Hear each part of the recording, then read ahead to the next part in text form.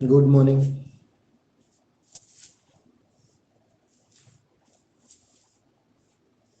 आवाज येतोय Jadhav? Good morning.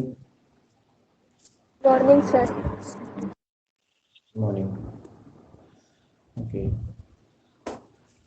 तर बघा, आजचा कॉन्सेप्ट आहे, आपण सम बेसिक कॉन्सेप्ट वर जे आहे ते आपण रिव्हिजन घेतोय. सम बेसिक कॉन्सेप्ट आपण बघतोय. स्टॅकोमेट्रिकली जे न्यूमरिकल आहेत स्टॅकोमेट्री वरचे ते आपण बघणार आहोत. ठीक आहे, पण त्याच्या आधी काही बेसिक कॉन्सेप्ट जे आहेत ते तुम्ही लक्षात घ्यायला पाहिजे. ओके, तर ते बेसिक कॉन्सेप्ट मध्ये सगळ्यात पहिले तर atom is a smallest individual particle which cannot be further classified, हे आपण म्हणतो ॲटमच्या डेफिनेशन मध्ये. ठीक आहे, मग ते डाल्टन ॲटॉमिक थेअरी आणि ते तुम्ही ते बघून घेसाल. तर smallest individual particle which cannot B classified, that is atom. Molecule is the smallest particle of the matter. Molecule is the smallest particle of the matter that has independent existence. याचं कसं असतं की इंडिपेंडंट एक्झिस्टन्स आहे. मग हे molecule जे आहेत ते होमो ॲटॉमिक आहेत, हेटेरो ॲटॉमिक आहेत. कसे आहेत? Homo atomic as well as hetero atomic. Homo atomic म्हटलं तर O2, N2, Cl2, Br2 हे तुम्ही म्हणू शकता. हेटेरो ॲटॉमिक म्हटलं तर H2O, NH3, CH4.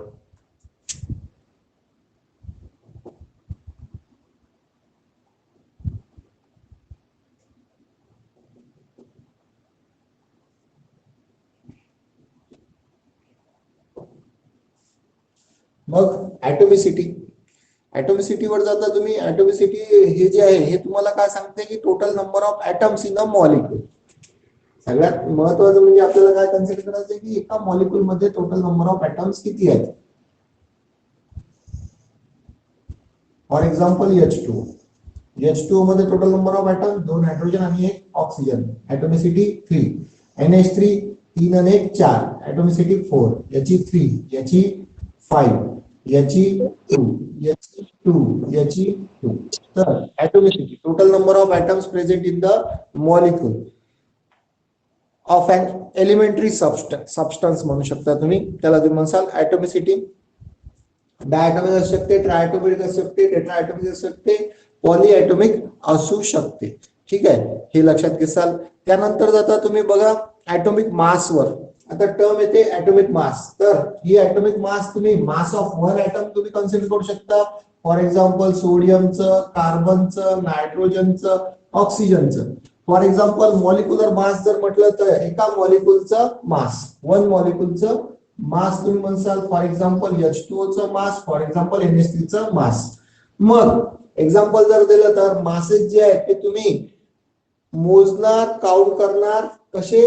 तर atomic masses in atomic mass unit और unified mass unit or Dalton याच्यामध्ये AMU मध्ये. आणि समजा जर का नायट्रोजनचं एक्झाम्पल घेतलं तर एका नायट्रोजन ॲटमचं मास 14U किंवा 14 ग्राम या प्रकारे आहे. याच्यामध्ये 14 युनिफाईड मास जर म्हटलं, ॲटॉमिक मास युनिट जर म्हटलं जुन्या वेळेस म्हणजे म्हणत होते ते जर म्हटलं तर 14 इंटू 1.67 इंटू 10⁻24 ग्राम एवढं कमी मास होते. हे लक्षात घ्या. आणि ग्राम मध्ये म्हटलं तर 14 ग्राम. हे खूप मोठी संख्या आहे आणि ही जी आहे ती खूप छोटी आहे. ठीक आहे, हे लक्षात घ्या. मग in chemistry standard for mass जे आहे ते काय घेतो. जसं आपण एखादं जे पण आहे कोशाचंही मास घ्यायचं असणार तर केजी मध्ये एक लोखंडाचा तुकडा घेतलेला, त्या केजी मध्ये आपण पर्टिक्युलर 1 kg तुम्ही कन्सिडर केला. त्या 1 kg नुसार तुम्ही बाकीच्यांचं मास काउंट करता. तो रेफरन्स झाला आणि तो सगळ्यांना मान्य आहे. ठीक आहे, पण मग आपल्या केमिस्ट्रीमध्ये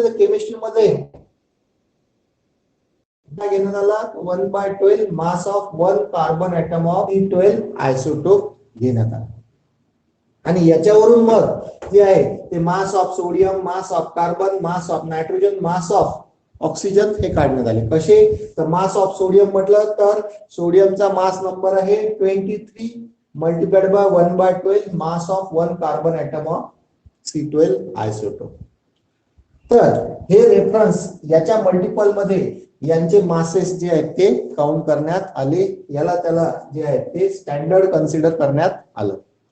ठीक आहे, मग आता पहा हे काय आहे, atomic mass unit, unified mass unit, हे काय आहे? ठीक आहे, तर त्यावेळेस जे आहे बघा, ऍटॉमिक मास युनिट जर म्हटलं तर इथं जे आहे ऍटॉमिक मास युनिट हे काय आहे? Atomic mass unit is the quantity of 1/12 mass of an atom of carbon 12.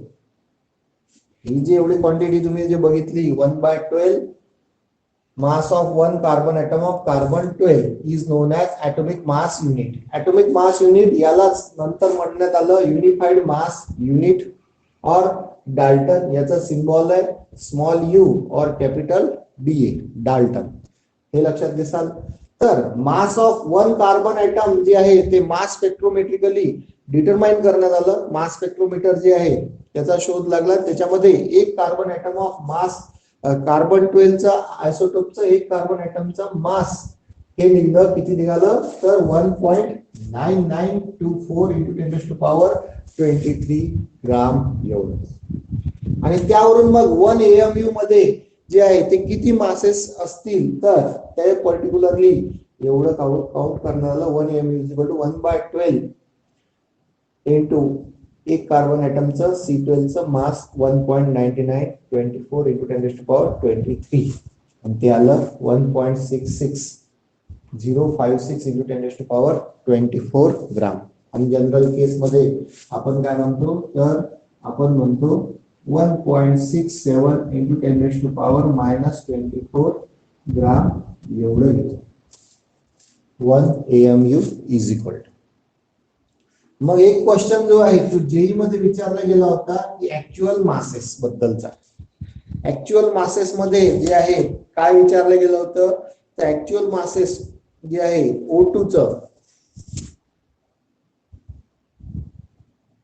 Actual mass of O2, actual mass of O2 जर म्हटलं तर ते किती येणार तर 32 AMU म्हणजे किती तर 32 multiplied by 1.67 into 10⁻⁻24 ग्राम एवढं. याचं मल्टिप्लिकेशन करा. हे आहे ते ऍक्च्युअल मास ऑफ O2 राहणार. त्यानंतर जे विचारला गेलेला होता क्वेश्चन तो होता actual mass of H2O. Actual mass of H2O हा विचारला गेला होता. आणि ऍक्च्युअल मास ऑफ H2O जर म्हटलं तर याचं आहे 2 + 16 that is 18 AMU. आणि 18 AMU म्हणजे 18 multiplied by 1.67 into 10⁻⁻24 ग्राम आणि ते येते 2.99 into 10⁻⁻23 ग्राम एवढं. आणि हे ऑप्शन मध्ये होता जेई मध्ये विचारलेला क्वेश्चन आहे. ठीक आहे. ही ऍक्च्युअल मास ऑफ वॉटर त्याच्यामध्ये 18 ग्राम दिलं होतं. त्याच्यामध्ये जे आहे ते 2.99 into 10⁻23 ग्राम एवढं पण दिलेलं होतं. हे लक्षात घेसाल. ठीक आहे. तर आपण इथपर्यंत आलो बघा. सुरुवात केली आपण ऍटम्स पासून. कशापासून? ऍटम्स पासून. नंतर molecule, atomicity, atomic masses, molecular masses आणि ऍटॉमिक मासेस जे आहे ते आपण AMU मध्ये आणि ग्राम मध्ये घेतो. AMU जे आहे ते व्हेरी स्मॉल क्वांटिटी असणार. ग्राम मध्ये जे आहे ते बिगर मास असेल. हे लक्षात घेसाल. तर 1 AMU म्हणजे किती तर हे आपण बघितलं 1.67 into 10⁻⁻24 ग्राम एवढं. ठीक आहे. आता पहा समोर जाऊया.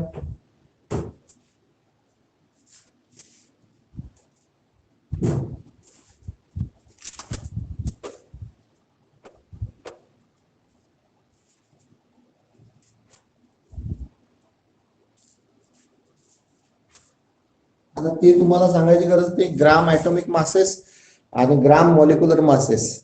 जर का ऍटमचं मास इन ग्राम तुम्ही कन्सिडर करता ग्राम ऍटॉमिक मासेस आणि मॉलिक्युलचं कन्सिडर ग्राम मॉलिक्युलर मासेस तर हे तुम्ही कन्सिडर करसाल. या काही डेफिनेशन आपल्याला कशात लिहावं लागत नाहीये. ओके. फक्त त्या समजून घेसाल आणि त्या नेहमी तुम्ही वापरता. हे लक्षात घ्या. त्यानंतर जाता तुम्ही पहा इम्पॉर्टंट कॉन्सेप्टवर. तो म्हणजे मोल कॉन्सेप्ट. आता मोल काय आहे, तर मोल जो आहे तो जस्ट काउंटिंग युनिट आहे. Okay, it is a just number, आणि तो नंबर काय 6.022 into 10 raised to power 23 particles. हा यूज होतो फॉर, जसं तुम्ही जे आहे मास तुम्ही कन्सिडर करू राहिले, एफईचं जे पण आहे 1 kg तुम्ही मास तुम्ही कन्सिडर करू राहिले, त्याच्यावरून तुम्ही बाकीच्यांचं मास काउंट करता. त्याचप्रमाणे एलिमेंटच्या रिएक्शन मध्ये एलिमेंटला तुम्ही काउंट करण्याकरता जे आहे ते मोल यूज करता ऍज अ स्टँडर्ड. हे काउंटिंग युनिट आहे, it is a just number. Okay, मग आता हे काय आहे तर बघा, जसं फॉर एक्झाम्पल मग कशाचा नंबर, तर कशाचाही असू शकतो बघा. जसं फॉर एक्झाम्पल हायड्रोजन ऍटम म्हटले तर 1 मोल ऑफ हायड्रोजन ऍटम मध्ये 1 मोल ऑफ H ऍटम किती पार्टिकल असतील, तर ते असतील 6.022 into 10 raised to power 23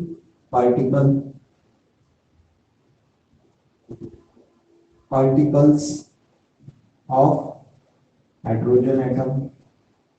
मग तेच तुम्ही जर का 1 मोल काय घेतला H2 मॉलिक्यूल घेतला तर किती पार्टिकल असतील, तर एवढेच फक्त काय असतील H2 मॉलिक्यूल असणार. हे लक्षात दिसाल. समजा तेच तुम्ही 1 मोल जो आहे तो O2 घेतला, O2 मॉलिक्यूल घेतला तर त्याच्यात किती पार्टिकल असतील, तर तेवढेच 6.022 into 10 raised to power 23 particles of O2 हे प्रेझेंट असतील. हे लक्षात घ्याल.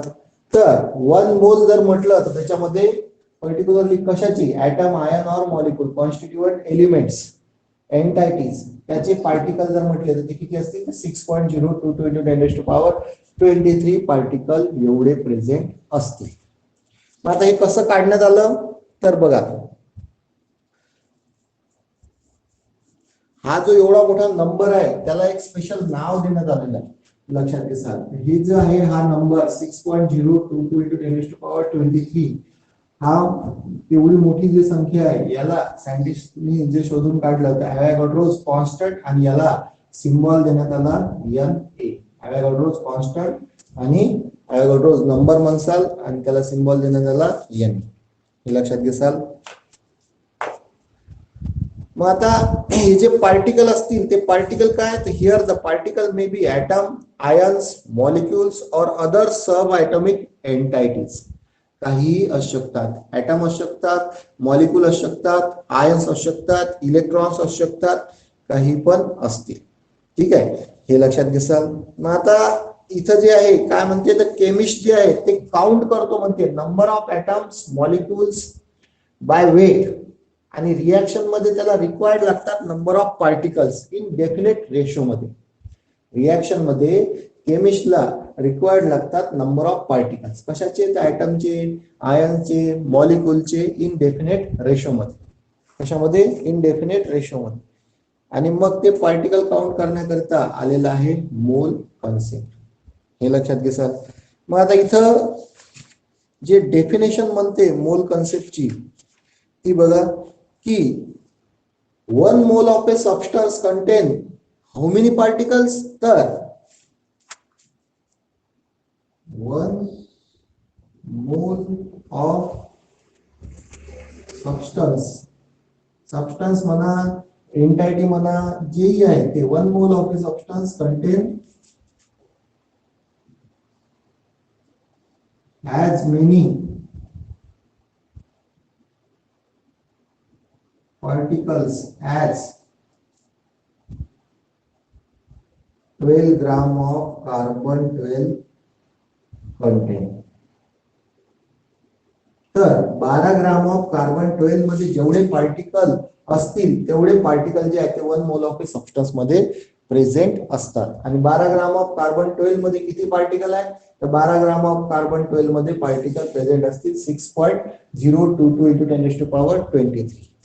हे काउंट करण्यात आलं की 12 ग्राम ऑफ कार्बन 12 मध्ये किती पार्टिकल असतील, तर ते असतील 6.022 into 10 raised to power 23 number of particle. आणि या नंबरला जे आहे ते नाव देण्यात आलं ॲव्होगाड्रोस नंबर, ॲव्होगाड्रोस कॉन्स्टंट त्या सायंटिस्टनी काढून जे आहे डिस्कवर केलं होतं, आणि याने तुम्ही म्हणसाल.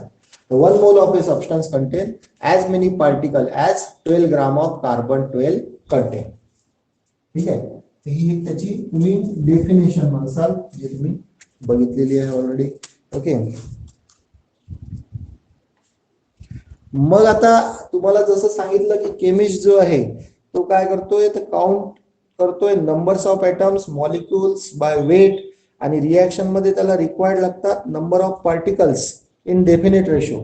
आणि हा मोल रेशो घेण्याकरता त्याला जे आहे ते 3 फॉर्म्युलेज मदत करतात. आणि ते कोणते फॉर्म्युलेज आहेत, तर ते फॉर्म्युलेज बघा. मोल रेशो मध्ये आपल्याला जे आहे ते एलिमेंट घेण्याकरता, तर समजा जर का तुम्हाला इफ वेट ऑफ सबस्टन्स म्हणा किंवा पार्टिकल म्हणा is given, mass is given, then number of moles जो है तो weight of substance upon molar mass of substance नी तुम्ही कॅल्क्युलेट करणार.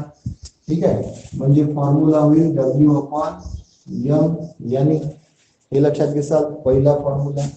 त्यानंतर जर का तुम्हाला व्हॉल्यूम, जर कॉन्स्टिट्यूएंट पार्टिकल जे आहेत ते गॅसेस मध्ये प्रेझेंट असतील ऍट एसटीपी और ऍट एनटीपी, तर व्हॉल्यूम जर का गिवन असणार, volume is given, then mole ratio जो आहे तो फॉर्म्युला तुम्ही यूज करणार, volume in litre upon 22.4. Volume in कशामध्ये म्हटलं मी तुम्हाला, लिटर, ऍट एसटीपी और एनटीपी कंडिशन. हे लक्षात घेसाल. आणि समजा जर का कॉन्स्टिट्यूएंट पार्टिकल चे नंबर्स ऑफ ॲटम्स और मॉलिक्युल्स और कॉन्स्टिट्यूएंट पार्टिकल हे दिलेले असतील, तर नंबर ऑफ मोल जे आहे ते तुम्ही काढणार n upon n, where n जो आहे तो नंबर ऑफ कॉन्स्टिट्यूएंट पार्टिकल राहणार. हे लक्षात घेसाल. याने ॲव्होगाड्रो नंबर आहे, नंबर ऑफ मोल्स आहे. तर या 3 फॉर्म्युलाज वरून तुम्ही नंबर ऑफ मोल्स कॅल्क्युलेट करू शकता. हे लक्षात घ्या. आता इथं एक गोष्ट लक्षात ठेवसाल की तुम्हाला नेहमी काय करायचं आहे, तर तुम्हाला नेहमी जे तुम्हाला दिलेलं असेल स्टॅकोमेट्रिकली, आता तुम्ही स्टॅकोमेट्रीवर जाता. हे झालं मोल कन्सेप्ट बद्दलचं. हे 3 फॉर्म्युलेज तुम्ही लक्षात ठेवणार. n is equal to W upon M, weight of substance upon molar mass of substance. N is equal to volume in liter upon 22.4, and N is equal to N upon Na, where N is the number of atoms, ions, molecules, constituent particle. ठीक आहे, electron, proton, neutron, so on. हे तुम्ही म्हणसाल. आणि N is the ॲव्होगाड्रोस number. ठीक आहे, बघा तुम्ही झोपलेले आहेत का की जागी आहे? गायत्री, अचल, पंकज, श्रवण, स्नेहा, रोहिणी, लावण्या, सुमित, श्रेयस, साक्षी, अथर्व आणि पुष्कर आहे ना जागी? कारण आपली गाडी झालेली आहे. मी तुम्हाला काही विचारत पण नाही, सरळ सरळ सुरू आहे म्हणून विचारतोय. आहे ना तुम्ही, का झोपले डबल? Yes sir. हे झालं मोल बद्दलचं. समोर जे आहे, आता नेहमी काय होणार की आता तुम्हाला जे आहे ते काय करणार, तो पर्टिक्युलरली गिवन जे असणार n is equal to W upon M. Mass जर दिलं असेल तर, व्हॉल्यूम जर दिलं असेल तर V अपॉन 22.4, आणि जर का नंबर ऑफ ॲटम दिलं असेल तर n is equal to n upon n. आता हे नंबर्स दिलेले आहेत, हे व्हॉल्यूम दिलेले आहेत, आणि हे मासेस दिलेले आहेत. मास दिलेला असणार तर तुम्हाला नंबर ऑफ मोल्स, हे नंबर ऑफ मोल जे आहे ते जंक्शन राहील. मासेस वरून तुम्हाला नंबर ऑफ मोल्स काढायचे, नंबर ऑफ मोल्स वरून जर व्हॉल्यूम विचारलं तर व्हॉल्यूम वर जायचं. जर का तुम्हाला नंबर ऑफ ॲटम्स विचारले, नंबर ऑफ मॉलिक्युल विचारले, नंबर ऑफ कॉन्स्टिट्यूएंट पार्टिकल विचारले, तर आणि मास गिवन असेल तेव्हा तुम्ही काय करणार, पहिले नंबर ऑफ मोल्स काढणार आणि त्यावरून मग तुम्ही नंबर ऑफ ऍटम्स काढणार. तर जेही काही गिवन असेल, समजा जर का दोन वेगवेगळं विचारलं, वेट विचारलेलं असणार पहा, जर का मासचं न्यूमरिकल असेल तर हे लक्षात ठेवसाल, तुम्हाला नंबर ऑफ मोल्स कॅल्क्युलेट करायचे आणि त्यानुसार तुम्ही मास तुम्ही कॅल्क्युलेट करू शकता. मासच्या याच्यामध्ये डायरेक्ट तुम्ही फॉर्म्युला अप्लाय करू शकता. पण एखाद्या याच्यात मास गिवन असणार, वेट ऑफ सबस्टन्स गिवन असेल आणि तुम्हाला जो फॉर्म मिळाला तो इन टर्म्स ऑफ व्हॉल्यूम विचारलं, तर तुम्ही काय करसाल, जो मास गिवन आहे त्याचा तुम्ही नंबर ऑफ मोल्स काढणार आणि त्यावरून तुम्ही नंबर ऑफ मोल्स वरून त्याचं व्हॉल्यूम तुम्ही कॅल्क्युलेट करणार. मग समजा व्हॉल्यूम दिलेला आहे, नंबर ऑफ मॉलिक्यूल विचारले तर व्हॉल्यूम वरून तुम्ही नंबर ऑफ मोल्स काढणार आणि नंबर ऑफ मोल्स वरून तुम्ही जे आहे ते नंबर ऑफ ऍटम्स तुम्ही कॅल्क्युलेट करणार. म्हणायचा मतलब एवढंच आहे की तुम्हाला जंक्शन व्हॉल्यूम वर जायचं आहे, कोणतेही काही गिवन असो. ठीक आहे. त्यानंतर जाता तुम्ही पहा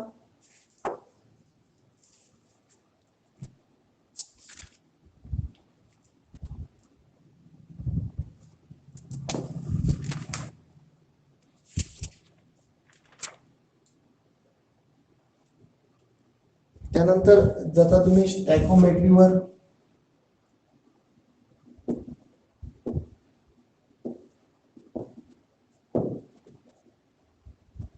आणि याच्यामध्ये ते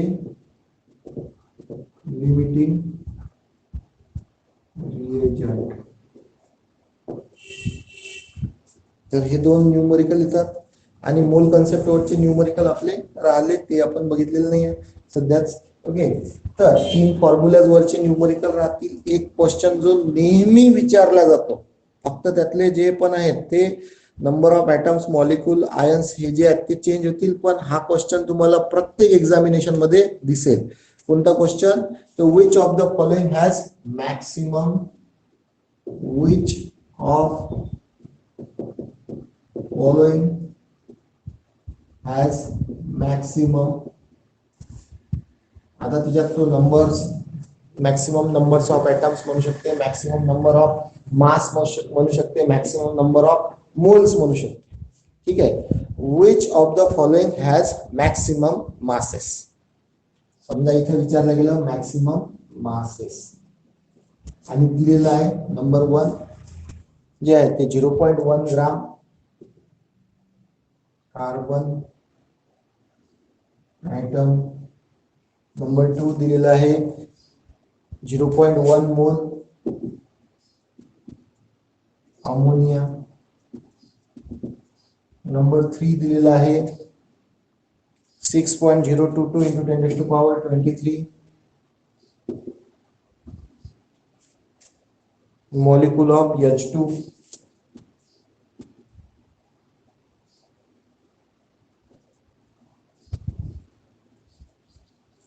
आणि चौथं दिलेलं आहे 1122 cc of CO2. याच्यापैकी कोणाचे जे पण आहे ते मासेस सगळ्यात जास्त. याचं तर मास दिलेलंच आहे ऑलरेडी 0.1 ग्राम, याचा काढायची गरज नाही. याचं तुम्हाला काढावं लागेल. नंबर ऑफ मोल्स दिलेले आहेत, मासेस तुम्हाला काढायचं आहे. हा किती आहे, 0.1 मोल आहे. मास याचा अमोनिया म्हटलं तर हा NH3 17 होऊन जातो 17, तर 0.1 मोल मल्टिप्लाइड बाय 17 किती होते सांगा. हे आलं तुमचं W. याचं किती येते 1.7 ग्राम. त्यानंतर या करता हे मॉलिक्युल्स दिलेले आहे 6.022 into 10 raised to power 23 molecules of H2. तर N is equal to N upon Na. आता आपल्याला काय काढायचे आहे, तर नंबर ऑफ मोल्स किंवा वेट जर काढायचं असणार तर पहिले नंबर ऑफ मोल्स काढा. N upon Na जे आहे ते 1 निघते, 1 मोल्स निघून आलं आणि 1 मोल वरून आणि हे N किती दिलेलं आहे, तर 6.022 into 10 raised to power 23 हे दिलेलं आहे. आणि Na किती असतं 6.022 into 10 raised to power 23. हा निघाला तुमचा 1 आणि त्या 1 वरून N is equal to W upon M आणि H2 चा वेट असते 2. ठीक आहे. तर 1 multiplied by 2 येणार, that is W is equal to 2. 2 ग्राम जे आहे ते कशाचं येणार, H2 चं काय झालं वेट, हे लक्षात घेसाल. आणि फॉर धिस सांगा आता हे कसं करसाल, mister 1 ml is equal to 1 cc. Pankaj 1 ml is equal to 1 cc and 1 liter is equal to 1000 ml is equal to 1000 cc. ठीक आहे, हे माहित आहे. मग बघा आता हे किती लिटर मध्ये झालं. सीसीचं कशामध्ये करणार, लिटर मध्ये, कारण आपल्याला पाहिजे व्हॉल्यूम इन लिटर. त्याला तुम्ही डिवाइड करणार 22.4 नी. हे लक्षात घ्या. हे किती झालं, मल्टिप्लाय करायचं 10⁻³ हे होणार 1.12 लिटर. होईल का, सांगा किती होईल.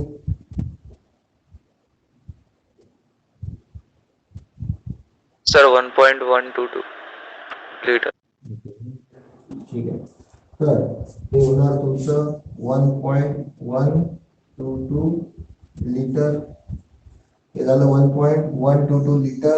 आणि त्यावर मग तुम्ही व्हॉल्यूम जे आहे, number of moles calculate 1.122 litre upon 22.4 हे डिवाइड करा.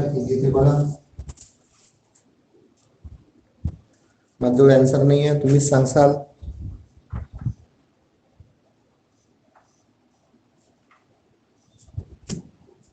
0.05. 0.05 मिळाले नंबर ऑफ मोल्स. आणि याच्यावरून तुम्ही या CO2 चं वेट काढणार. पहिले फॉर्म्युला परत हाच यूज करणार, N = W/M. M जे आहे ते CO2 चं किती, कार्बन 12 आणि ऑक्सिजन 16 32. 12 अधिक 32 झालं 44. 44 इज द मोलर मास या CO2 चं. मग आपल्याला वेट काढायचं आहे, तर 0.05 मल्टिप्लाइड बाय 44 इथे बघा 0.22 की 2 बरोबर करा मल्टिप्लाय.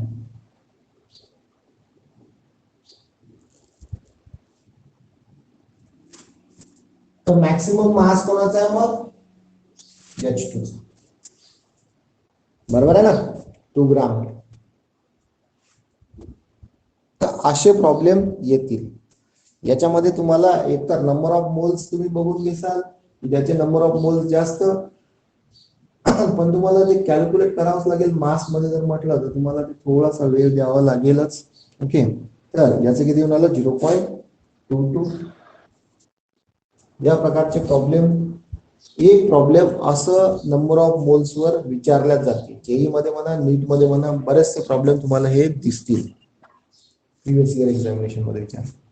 ठीक आहे, या तुम्ही तीनही सर फॉर्म्युला 2.2 येते ना सर. सर 2.2 येईल ना सर.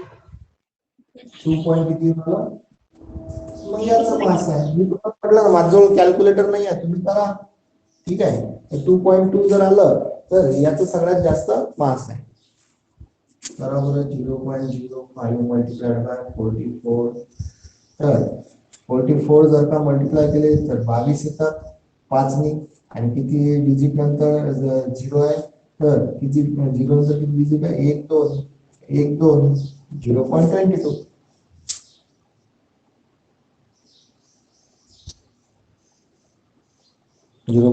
येते ना ते. हा,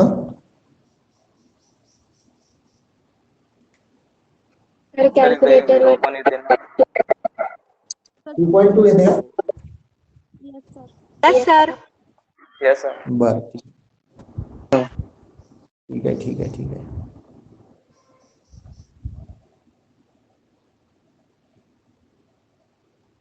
चालते, 1 मिनिट थांबा, आपण बघूया.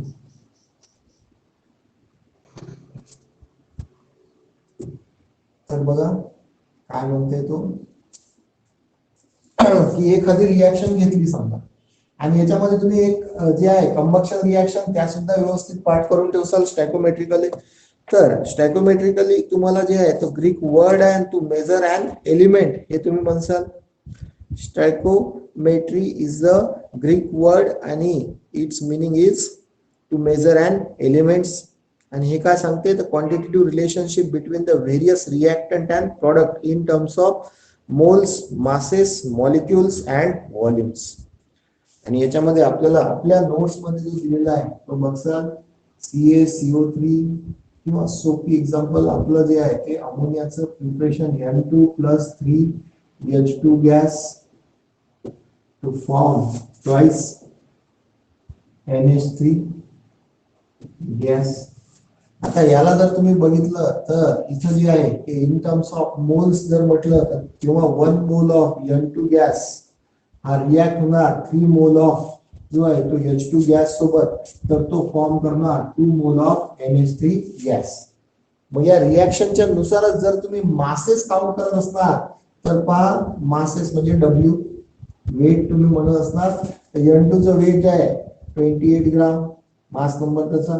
ठीक आहे, तर 28 ग्राम ऑफ नायट्रोजन जेव्हा रिॲक्ट होईल कोणासोबत 6 ग्राम ऑफ हायड्रोजन सोबत, तर तो प्रोड्यूस करेल 34 ग्राम ऑफ NH3. हे लक्षात घेसाल. हे इन टर्म्स ऑफ मासेस तुम्ही सांगसाल. आणि इन टर्म्स ऑफ व्हॉल्यूम जर म्हटलं तर व्हॉल्यूम मध्ये तुम्ही V/22.4 हा फॉर्म्युला अप्लाय करून जेव्हा हा 1 मोल आहे ना, 1 मोल म्हणजे 22.4 लिटर काय N2 गॅस हा रिॲक्ट झाला 3 multiplied by 22.4 litre of H2 gas सोबत, तर तो प्रोड्यूस करेल 2 मल्टिप्लाइड बाय 22.4 लिटर जो आहे तो NH3 गॅस. या व्हॉल्यूमला तुम्ही अजून फर्दर क्लासिफाईड करू शकता. 1 ml किंवा 1 लिटर हा जो आहे तो N2 रिॲक्ट होणार 3 लिटर H2 सोबत, तर तो प्रोड्यूस करणार 2 लिटर जो आहे तो NH3.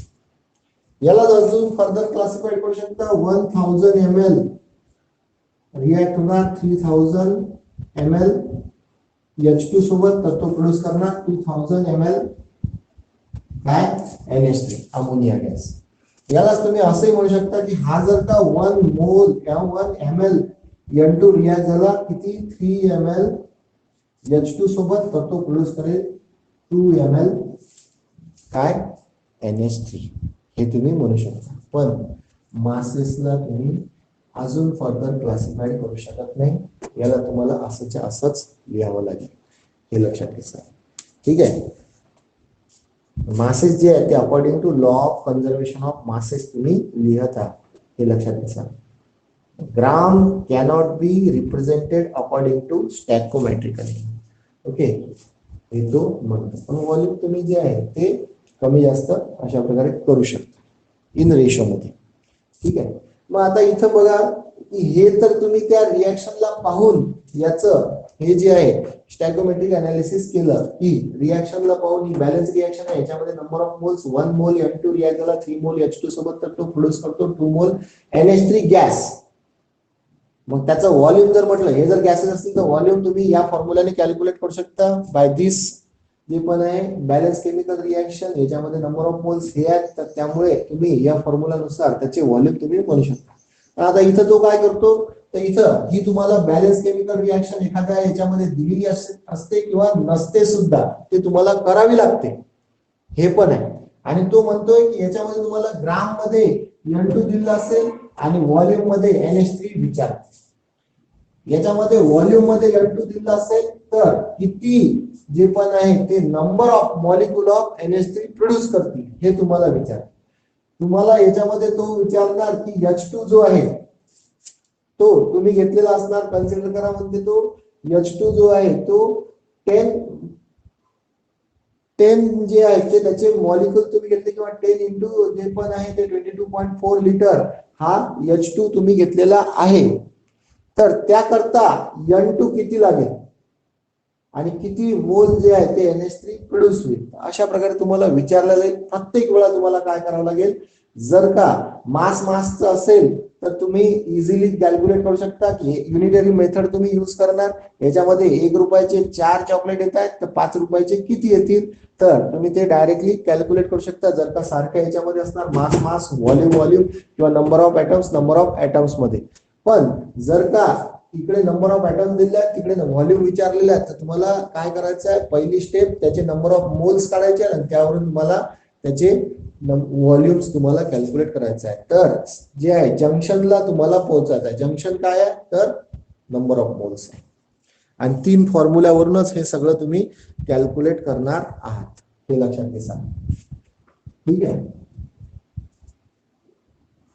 मग बघा आता एकदा मला किती वाजले सांगसाल बरं, मीच बघतो. 7:13. एक प्रॉब्लेम पाहूया. ठीक आहे. अजून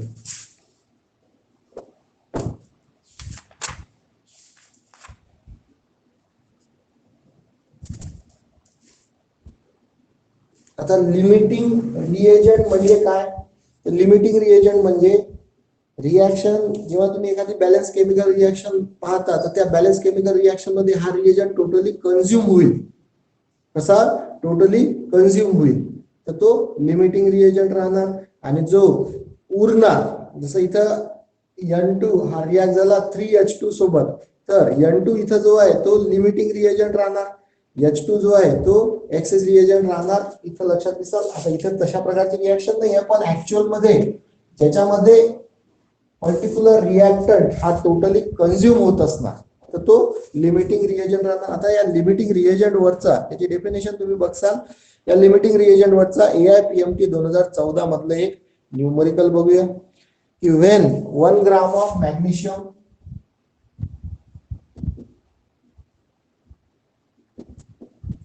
when 1 gram of magnesium is burned with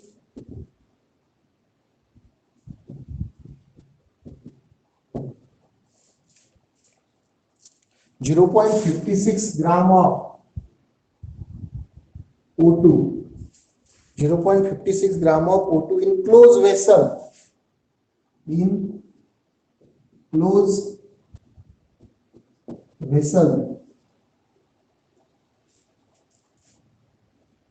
which reactant is left in excess?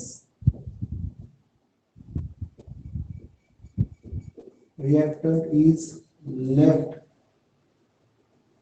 in excess.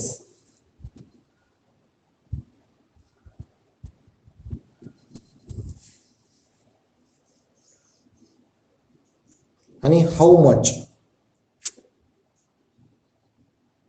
कोणता उरणार म्हणते आणि किती उरणार.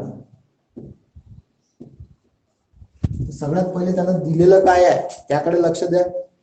तर त्यांनी जे दिलेलं आहे ते लक्षात घेसाल. मॅग्नेशियम जो आहे तो बर्न होऊन आला म्हणते, कशाच्या प्रेझेन्स मध्ये, O2 च्या. तर पहा एक मॅग्नेशियम बर्न झाला O2 च्या प्रेझेन्स मध्ये, तर मॅग्नेशियम ऑक्साइड फॉर्म करतो.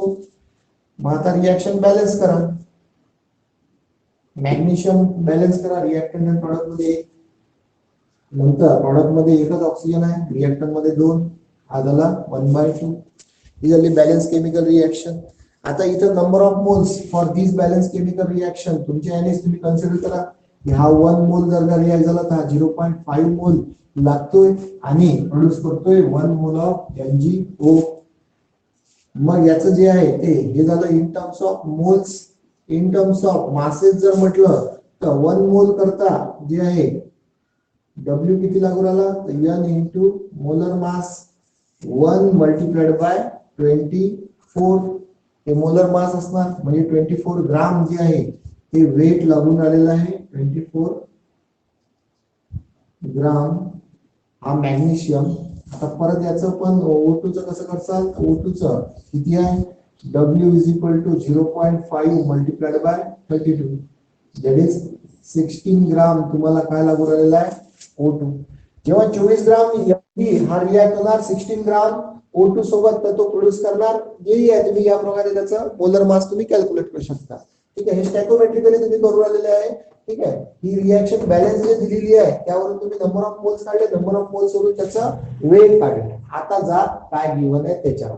आता तो काय म्हणतोय आता इथं तुम्ही गेले गिवन वर. गिवन काय तर 1 ग्राम mg हा रिॲक्ट होणारा म्हणते 0.56 ग्राम ऑफ O2 सोबत. ओके, तर आता इथं सगळ्यात पहिले तुम्हाला एक लक्षात घ्यायचं आहे की कोणता जो आहे तो लिमिटिंग रिएजंट आहे हे तुम्ही बघा की जो कोणता जो आहे तो टोटली कंझ्युम होऊन आलेला आहे. ठीक आहे, आता इथं तुम्ही काय केलं तर पहा 0.16 ग्राम O2 करता. आता O2 करताच तुम्ही बघून घ्या डायरेक्ट की 16 ग्राम जर का O2 तुम्ही काय केला हा रिॲक्ट केला mg सोबत तर तो किती लागतोय 24 ग्राम mg लागतोय. तर 56 ग्राम O2 जर का काय केला तुम्ही mg सोबत रिॲक्ट केला तर किती लागेल, किती ग्राम ऑफ जो आहे हा 1 ग्राम सोडून द्या, किती ग्राम ऑफ जो आहे त्यांनी म्हटलं की 1 ग्राम तुम्ही घेतलेला आहे हे दिलेलं आहे. लक्षात घ्या सर, हे गिवन आहे. पण आपण एक एलिमेंटरी मेथड यूज करतोय, युनिटरी मेथड यूज करतोय. त्याच्यामध्ये जर का 16 ग्राम बॅलन्स रिएक्शन नुसार 16 ग्राम O2 एक्सेस ऑफ O2 सोबत तुम्ही काय करून राहिलेलं आहे मॅग्नेशियम बर्न करून राहिले तर तो मॅग्नेशियम किती लागू राहिला 24 ग्राम. तर जर तुम्ही हा O2 किती घेतला 0.56 ग्राम तर किती लागेल तर बघा 24 into 56 upon 16 करा किती येते बघा. काय केलं 24 into 0.56 upon 16 किती येते बघा 0.84 ग्राम. म्हणजे बघा आता आलं काय जर रिएक्शन मध्ये दिल्याप्रमाणे 16 ग्राम O2 हा रिॲक्ट झाला कोणासोबत 24 ग्राम mg सोबत तर तो प्रोड्यूस करतोय जे काही आहे MgO हे आपल्याला गिवन रिएक्शन. आता तो विचारतो काय जर 0.56 ग्राम ऑफ O2 रिॲक्ट झाला तर किती प्रोड्यूस करेल mg, किती mg रिक्वायर्ड लागेल, mg रिक्वायर्ड लागेल 84. आपल्याला दिलेला किती आहे 1. तर 1 मायनस 84 करा. तो म्हणतो किती लेफ्ट राहील तर तो तुम्हाला मिळून जाणार mg. आणि जे पण आहे एक्सेस रिएजंट जो लेफ्ट राहून राहिलेला आहे तो कोणता आहे mg किती राहून राहिलेला आहे तर तो बघसाल 0.16 ग्राम एवढा. आन्सर काय राहणार 0.16 ग्राम एवढा. बघा समजण्याचं जे आहे ते लक्षात घेसाल. तुम्ही काय केलं सगळ्यात पहिले बॅलन्स केमिकल रिएक्शन घेतली त्यानुसार नंबर ऑफ मोल्स आणि त्यानुसार त्याचे वेटेज वेटचं जे पण आहे ते कॅल्क्युलेशन केलं. आता आपल्याला दिलेलं काय आहे तर हा O2 जो आहे तो 0.56 ग्राम आहे त्यानुसार mg चं तुम्ही वेट कॅल्क्युलेट केलं त्याला तुमचं 0.84 ग्राम एवढं. आता आपल्याला दिलेलं काय आहे त्यांनी तर दिलेलं 1 ग्राम mg जर का तुम्ही बर्न केलं तर 1 ग्राम mg जर का बर्न केला आपल्याजवळ O2 किती आहे 0.56 म्हणून हा लिमिटिंग रिएजंट आहे. 0.56 ग्राम जो आहे तो 1 ग्राम मधला mg मधला किती 84 ग्रामच जो आहे तो बर्न करेल. बाकीचा जो आहे तो काय राहणार रिएक्टंट लेफ्ट इन एक्सेस तो राहील. किती राहील 1 मायनस 0.84 0.16 ग्राम जो आहे तो लेफ्ट एक्सेस राहणार. हे लक्षात घ्या. ठीक आहे, लक्षात आलं. Yes, sir. Okay sir sir ठीक आहे, मग उद्या बघूया. चला बाय. उद्या पण लवकर बॅच घेऊया. आज थोडा उशीर झाला, उद्या 6:15 लाच घेऊया. चला बाय. Bye, sir.